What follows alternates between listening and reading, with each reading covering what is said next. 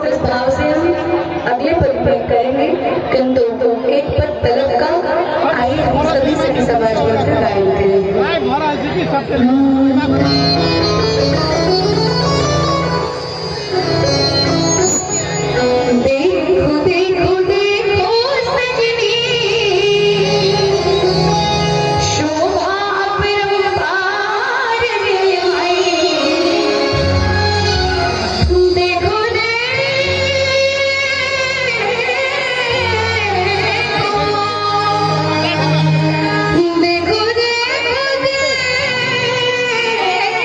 सजनी